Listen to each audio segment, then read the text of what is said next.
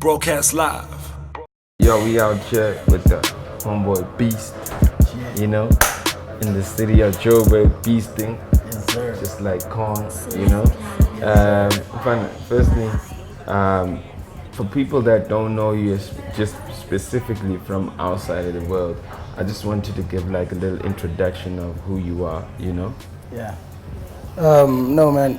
Beast is Malusindlo, by birth. Born and bred Wamashu, like Durbanites, yes. Yeah, man. I'm just all about my music. I'm all about my growth. Yeah. Like I'm starting to learn a lot about the business of music, Yeah. over and beyond just making it. Yeah. So yeah, man. In a nutshell, I'm really focused right now. Yeah, man. Just trying to grow my brand. I mean, I've been seeing your name pop up for like years now, you know. Yeah. Before we had this insurgence of Durban artists, you know, I think you were one of the first few guys that I actually kind of saw. I mean, like when I say insurgents, like artists where you got your dream team, you got like you got your Nasties, you got your A1s, you got all these guys, and that have literally come out of Durban. But you've always been there, you know. Yeah. Why have you like what is taking you the time to go, I need to also be in the forefront?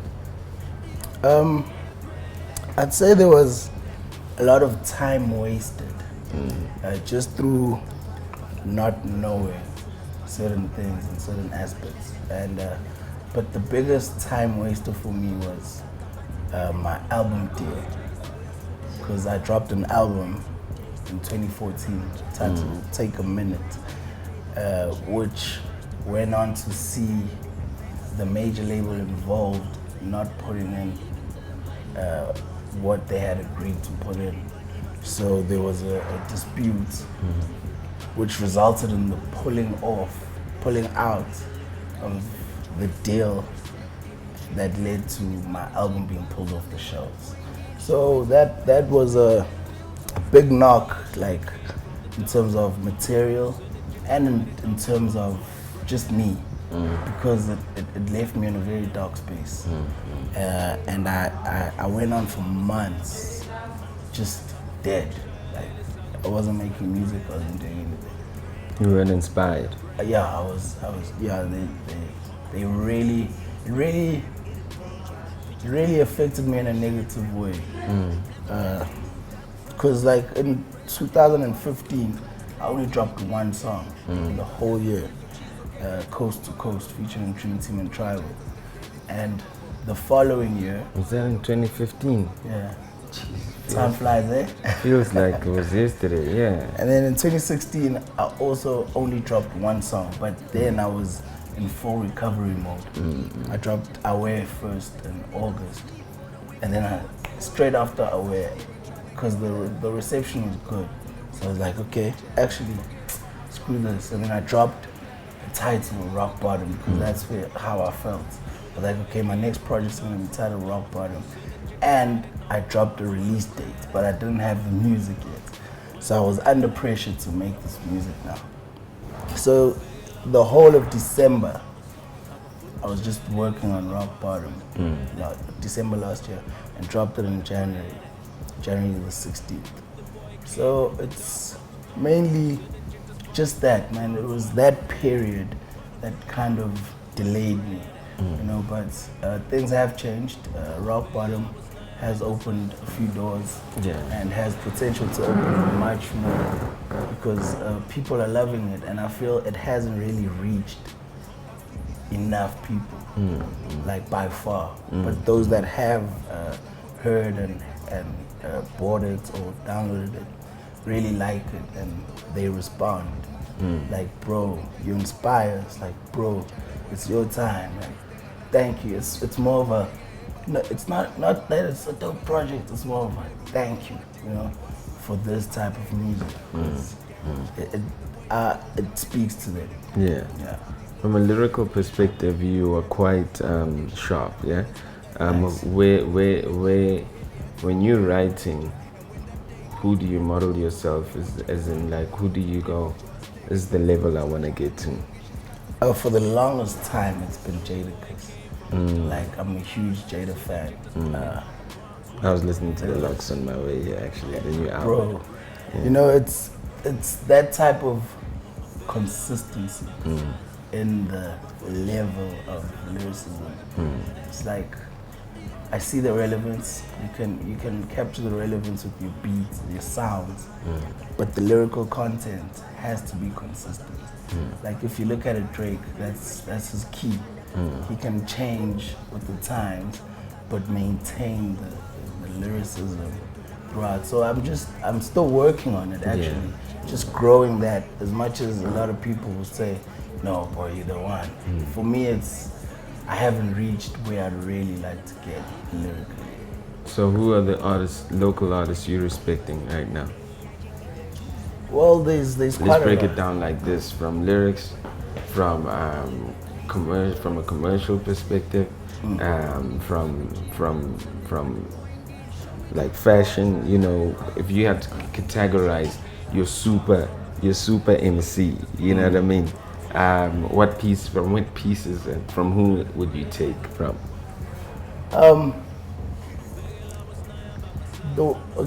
And not a super MC who basically is got appeal like from commercially, lyrically, everything. Which pieces are you gonna take from which artist? Okay, that's a tricky one. Yeah, create your super MC. Okay, I definitely take the handling of the commercial brand from Casper. Yeah. I take the ability to create sounds and pave lanes from Keenan, aka. And then for the lyricism, that's the toughest one. I'd say it's just that the guy I'm thinking of now doesn't do vernac, but he's so sharp. Yeah. Stogie, né? Oh yeah, okay. But with the vernac flavor, Raza. My Raza is really, he's on another level. Yeah, my Raza. Yeah. And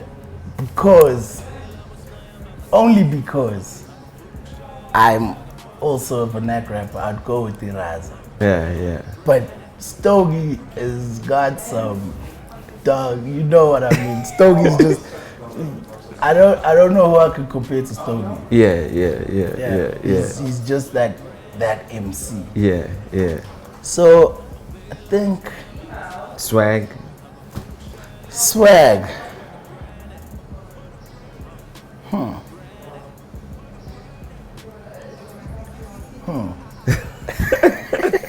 Because you gotta be the super MC. You can't be a super MC that's knows how to sell themselves, make a song and write lyrics, but you look shit. Yeah. Okay, I'll give it to Keenan again. I like Keenan's style. Yeah. I really do. He's not Ricky. Yes, Ricky, but Ricky can sometimes be like very loud. I'm not that type of guy. So for that reason only, but he is a very stylish person in his own right, you know. Yeah. But according to like my flavor, will most probably be lean on Keenan. More, you know? Yeah. Songs that you feel that like you're an artist, I should have wrote this song. Guan, yeah? Ish. Guan.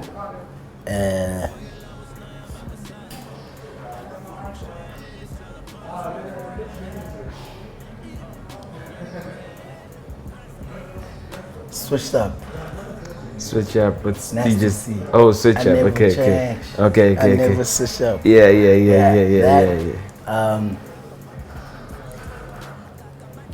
Lifestyle. Oh, my lifestyle. Yeah. LES and Jam. Yeah. I really mess with that song. This one is gonna be the hard one, right? Okay.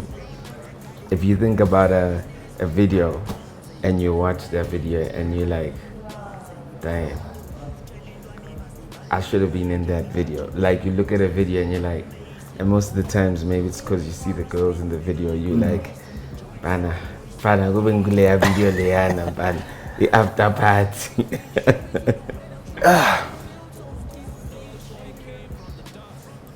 That's a hard one. It is. Um, That means you thirst all the time. You can't keep up. yeah.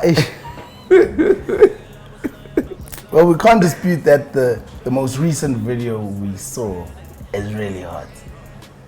Sha sha. You know. Oh, are you only at the end in the swimming pool, or are you saying which part? I just want to carry at the end, bro. Open the swimming. I just pop up. Like, yo, what do you do? So you mama Japan, you can see that's a yellow ass, and then Bro, you come up there and you're That's like, the money shot, bro. And no pun, since the whole video's got money shots, Yeah. literally. But that is the money shot. That's the one. that's Yo, the shot. and you actually have to wait right till the end. That's actually very strategic, because now you have to watch the whole video. Yeah, I That's think smart. I think it's. But what I'm gonna say is controversial, so I'm gonna leave it. You know, I It's think very controversial. no, it's, you know, I think it was a little jab at the world is yours. It was. I don't know. That's what I think. I think, saw a lot of similarities. No, I just wanna- that part. That's that part. With the Horizon pool. Oh, is it a Horizon or Infinity? Yeah, whatever. Whatever. Yeah. Yeah. I actually saw the pictures before I saw the video where they were comparing the two. Which kind of I don't like having anything that will already give me an idea towards Oh, yeah, of something course. before I Yeah. check it Yeah. out. I don't like like people Yeah. telling you that this is what. Yeah. It just rubs off badly.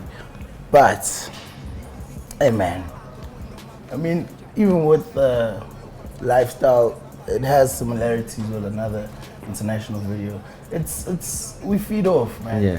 Even in music itself, you'll pick up a lot of an artist's favorite artist, like indirectly. Sometimes the artist himself doesn't realize or Yeah, herself yeah. that they actually have taken that lane because it's a subconscious thing, right? So now that you've defined your super MC, right? Within the MC that is based, what elements do you think you need to polish within the super MC that you've built? Because obviously you're not in this game to be on the side. You're not in Yeah. this game to be lame. Yes. So you've defined your super MC. What do you think needs to be sharpened? And from a scale of 0 to 10, you can go, okay, I'm on 4 here, so I need to move up to this. So you could break it down, you know, from all the guys that you've mentioned. Okay, brand viability. I'd actually put myself at a 4. There's still a long way to go. Obviously, I need a solid team behind me. I need just to like clean up my brand. Yeah.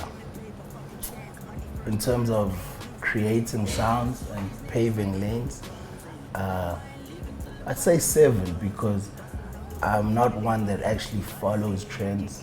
I still just do music that I like and just make it work for me.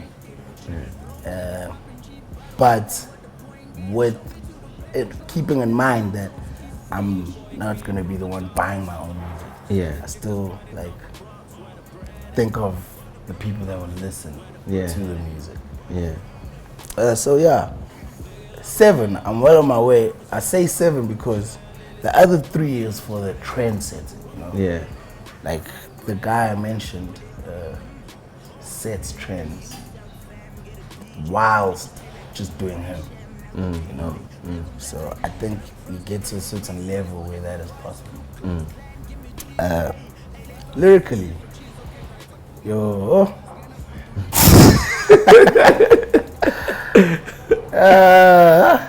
I don't know, man.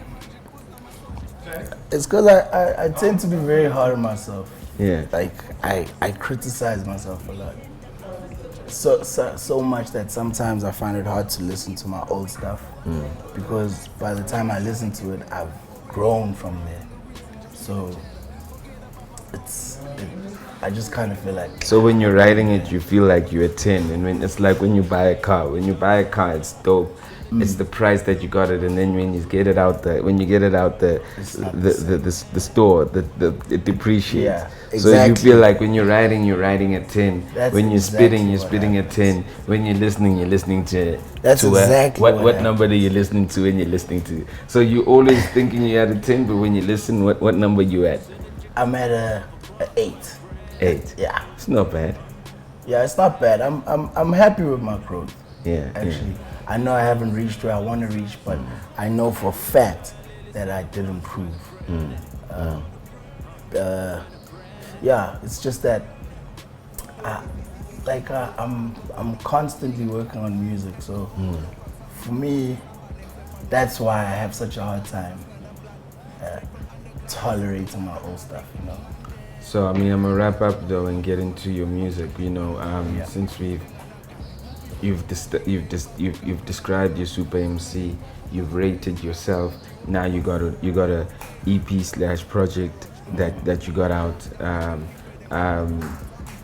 What was the headspace and what was the thinking when you got that? What do you want people to get from it, and where can people get it? I want people to be inspired, bro. Because by what? What's the story to inspire them? The story I was telling you about when I kind of got a rude awakening by the industry when I got my project pulled off and basically like cut off because all the deals were terminated. Everything is just like everything I've worked for just vanished because I'd been with this label for a while. So obviously they own a lot of my music, and I managed to rise above that and actually created a bigger and better project than any projects I've ever made. In terms of sound, in terms of features, in terms of reach, So I'd like for anybody listening to it to learn from it that, like, nobody, we were speaking before we started the interview that nobody can kill your career. They can do whatever, they can take your whole catalog, but they can't kill your career. Exactly. Because that's yours. That's you.